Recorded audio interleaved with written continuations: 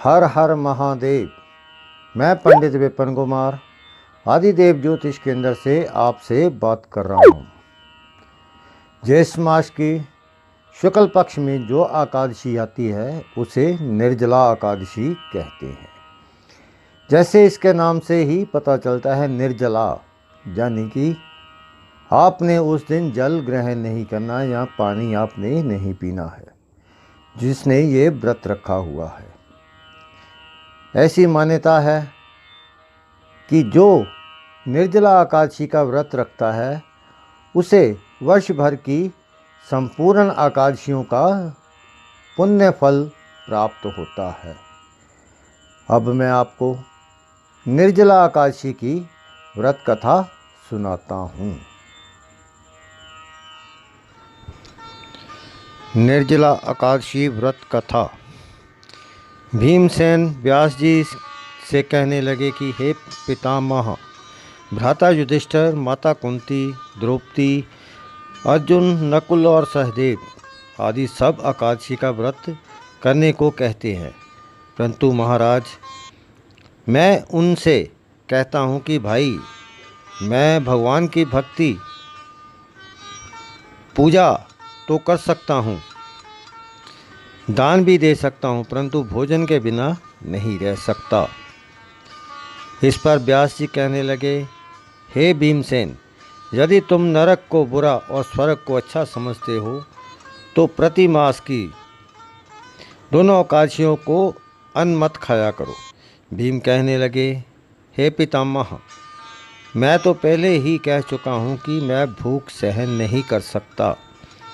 यदि वर्ष भर में कोई एक ही व्रत हो तो वह मैं रख सकता हूँ, क्योंकि मेरे पेट में वक्र नामक वाली अग्नि है, जो मैं भोजन किए बिना नहीं रह सकता। भोजन करने से वह शांत रहती है, इसलिए पूरा उपवास तो क्या, एक समय भी बिना भोजन के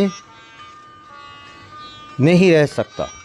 अतः आप मुझे कोई ऐसा व्रत बताएं जो वर्ष में केवल एक बार ही करना पड़े और मुझे स्वर्ग की प्राप्ति हो जाए। श्री वेद व्यास जी कहने लगे, हे पुत्र, बड़े बड़े ऋषियों ने बहुत शास्त्र आदि बनाए हैं, जिनमें बिना धन के थोड़े परिश्रम से ही स्वर्ग की प्राप्ति हो सकती है। इसी प्रकार शास्त्रों में दोनों पक्ष की एकादशी का व्रत मुक्ति के लिए रखा जाता है। व्यास जी के वचन सुनकर भीमसेन नरक में जाने के नाम से भयभीत हो गए और कांपकर कहने लगी, अब क्या करूं? मास में 2 व्रत तो मैं कर नहीं सकता, हाँ वर्ष में एक व्रत करने का प्रयत्न अवश्य कर सकता हूँ। अतः वर्ष में एक दिन व्रत करने की यदि कोई युक्ति हो जाए तो मैं ऐसा कोई व्रत बताएं। ये सुनकर व्यास जी कहने लगे कि विषुव और मिथुन की संक्रांति के बीच ज्येष्ठ मास के शुक्ल पक्ष की जो एकादशी आती है उसका नाम निर्जला एकादशी है। तुम उस एकादशी का व्रत करो।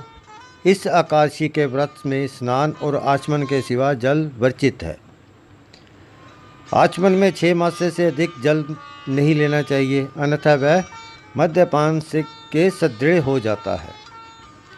इस दिन भोजन नहीं करना चाहिए, क्योंकि भोजन करने से व्रत नष्ट हो जाता है।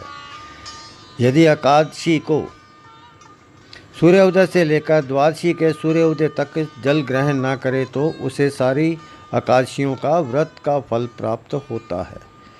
द्वादशी को सूर्य से पहले उठकर स्नान आदि करके ब्राह्मणों का दान आदि देखना चाहिए। इसके पश्चात भूखे और सत्यपात्र ब्राह्मण को भोजन कराकर फिर आप भोजन कर लेना चाहिए। इसका फल पूरे 1 वर्ष की संपूर्ण एकादशियों के बराबर होता है। व्यास जी कहने लगे, हे भीम, ये मुझको स्वयं भगवान ने बताया है। इस एकादशी का पुण्य समस्त तीर्थों और दानों से अधिक है। केवल एक दिन मनुष्य निर्जल रहने से पापों से मुक्त हो जाता है।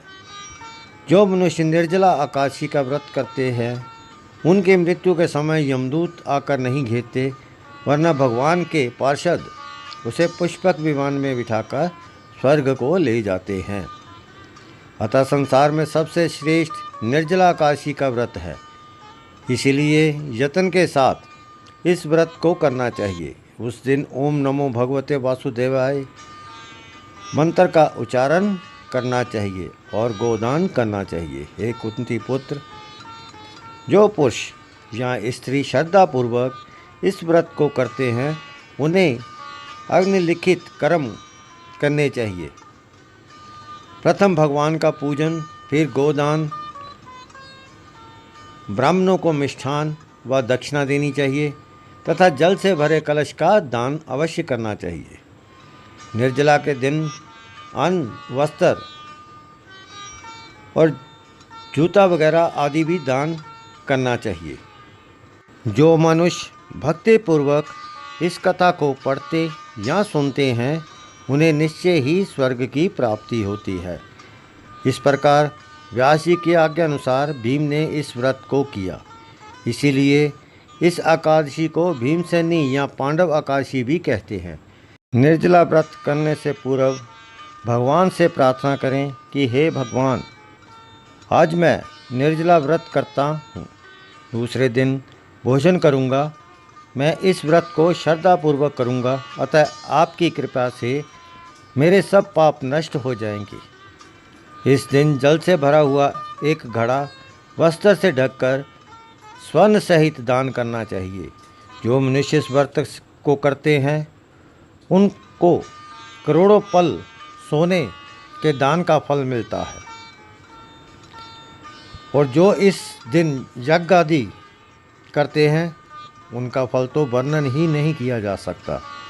इस एकादशी के व्रत से मनुष्य विष्णुलोक को प्राप्त होता है। जो मनुष्य इस दिन अन्न खाते हैं वे चंडाल के समान हैं, वे अंत में नरक जाते हैं।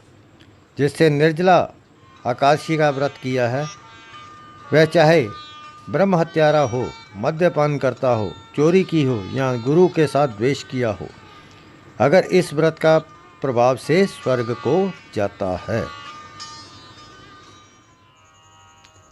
आशा करता हूँ आपको मेरा ये वीडियो अच्छा लगा होगा।